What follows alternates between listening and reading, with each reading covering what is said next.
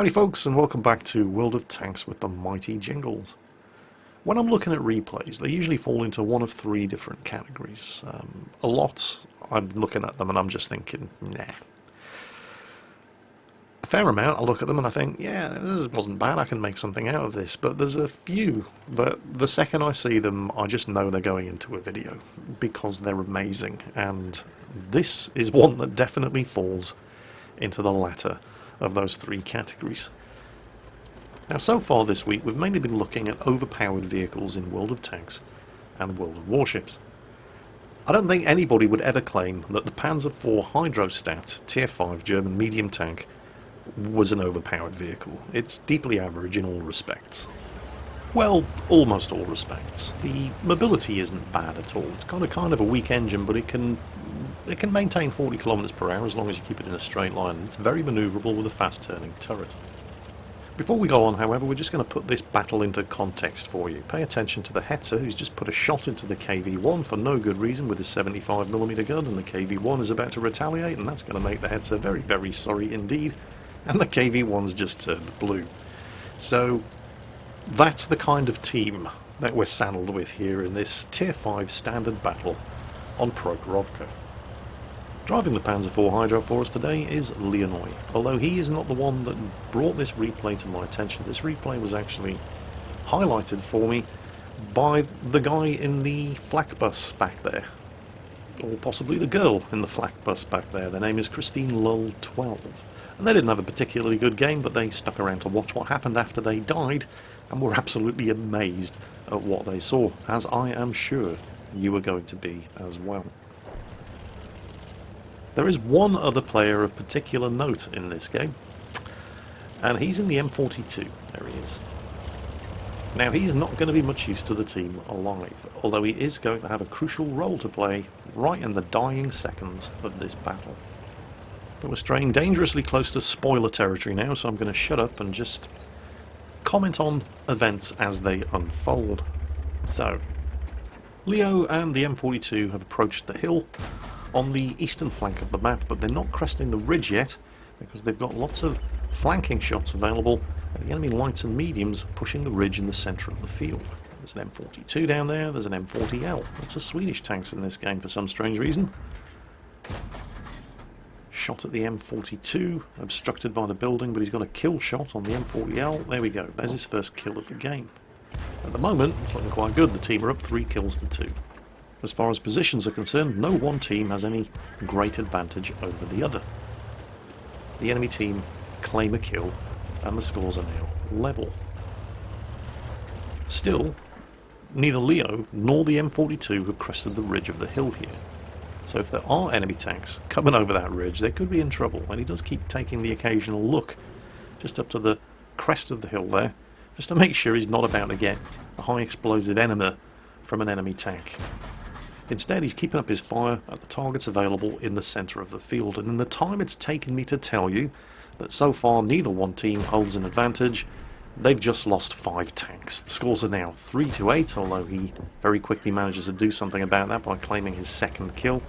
Scores are 5-8. Another enemy tank down. There are 10 enemy tanks, and now there are only 6 of them left.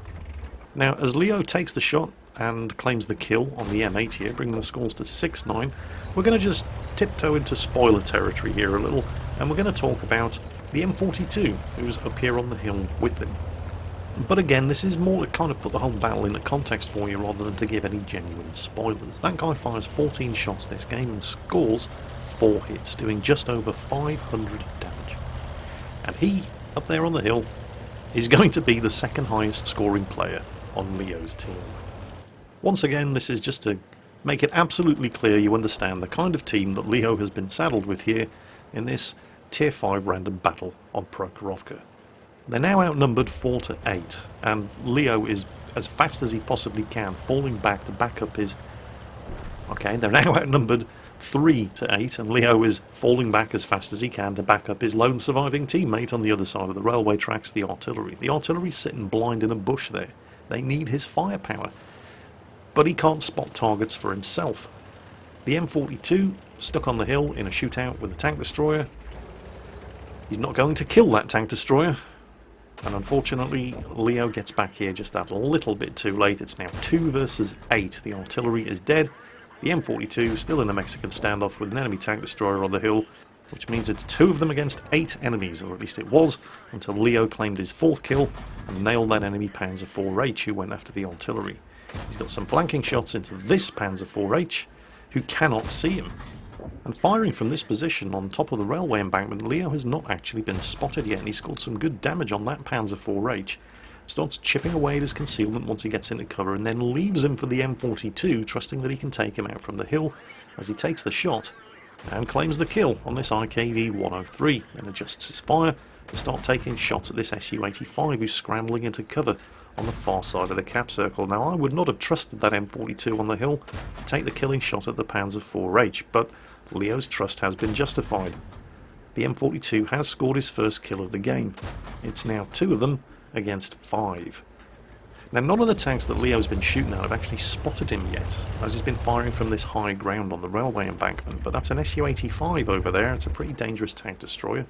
He's in those bushes somewhere, and any enemy tank could pop up on the flank, like that Valentine, with a 340 metre view range, so Leo pulls back, gets some bushes between him and the Valentine. There are actually now multiple layers of bushes between him and the Valentine, and starts taking this guy out before he spots him for the Su-85. But the Valentine's a fairly tough little tank, and he's only managed to score 1 damaging hit on him. Takes a look to see if the Su-85 has spotted him. He has not yet been spotted. Valentine appears again. He really needs to kill this guy, because now there's only 1 layer of bushes between them, and as soon as he fires, he gets spotted. The Valentine stops, aims and misses, but it's the Su-85 who scores the hit as he kills the Valentine. Now, the Su-85 only did 72 damage, which almost certainly means he's either firing high explosive or he does not have the 85mm gun, and that's good news. Leo scores 1 hit, he scores 2 hits. Here's the kill. No, it bounced. He really didn't need that. The Su-85 disappears. He estimates where he's going to be, takes the shot, and claims the kill. And then immediately starts moving, because there is still an artillery on the enemy team, although it is only an M37. But there was an explosion near him as he was shooting at the Valentine and the Su-85 right after the Valentine spotted him, which would suggest that the M37 has moved up and is in a position to take another shot. So he starts moving. Now, what's the M42 doing? He's hiding in the corner of the map on 6 health. He's no use to the team alive up there. He actually lost the fight against the enemy tank destroyer on top of the hill and ran out of there with his tail between his legs and 6 health remaining. That enemy tank destroyer is right there at the top of the enemy team list with 2 kills. He's still very much alive. So that M42 is no use to the team alive. Leo, if he hasn't had to carry hard enough already, is going to have to strap on his industrial strength man pants and carry even harder, and there's the M37. Now this is bizarre. Well, we're certainly not going to complain, because it's very, very nice to know that there's no artillery aiming at you, although he did get spotted when he took the last shot at the M37, so he starts manoeuvring hard. But nobody fires at him. Now, why would the M37 do that? There's 2 possible explanations. Either he's a complete noob, which is entirely possible, it's just an M37 after all, or he's pissed off because everybody else on his team is camping the back of the map and refusing to move up and spot targets for him, so he decided to take matters into his own hands. Now, it can be very, very dangerous jumping to conclusions like that in a Tier 5 game. Logic would tell you that the artillery made that move because nobody was spotting targets for him and they were all hiding in the bushes on the other end of the map. But if you apply logic to the actions of the enemy team and try to draw conclusions and base your strategy upon the assumption that the enemy team is using logic to dictate how they perform, you can get into a lot of trouble if you're playing down here at Tier 5. If this was a Tier 9 or 10 game, I think you'd be fairly safe drawing that kind of conclusion, but it's not a Tier 9 or 10 game, and people do strange things for no good reason at this kind of level.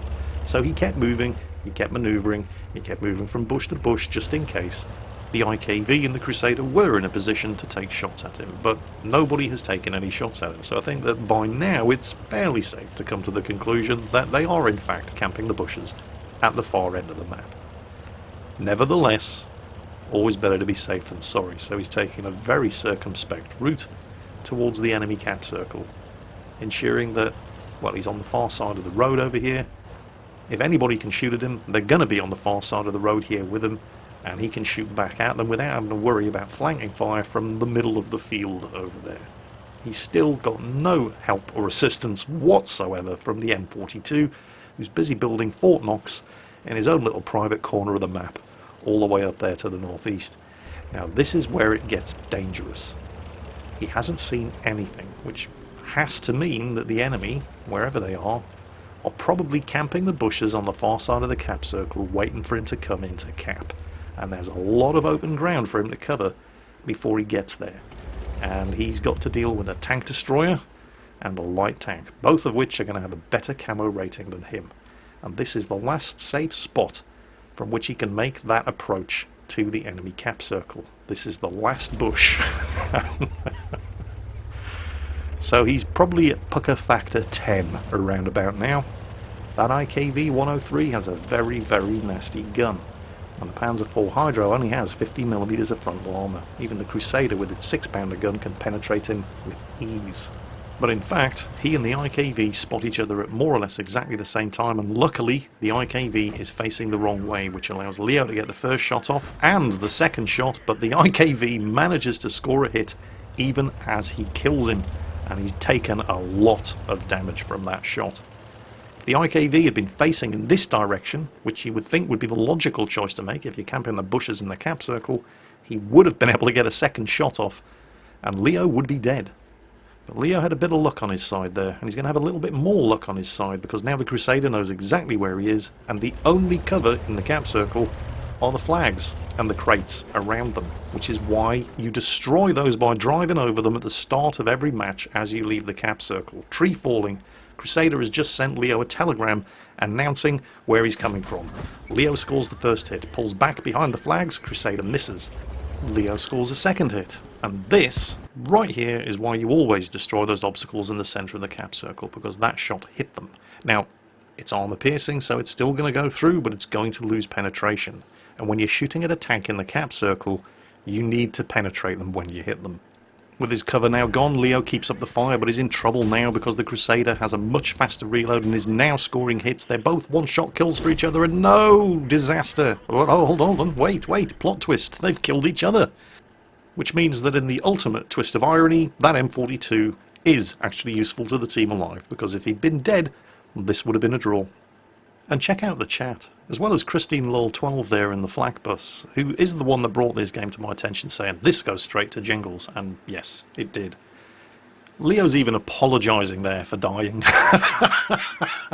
He's saying sorry, because he didn't carry hard enough. No, Leo, you did, really, trust me. You carried more than hard enough in this game.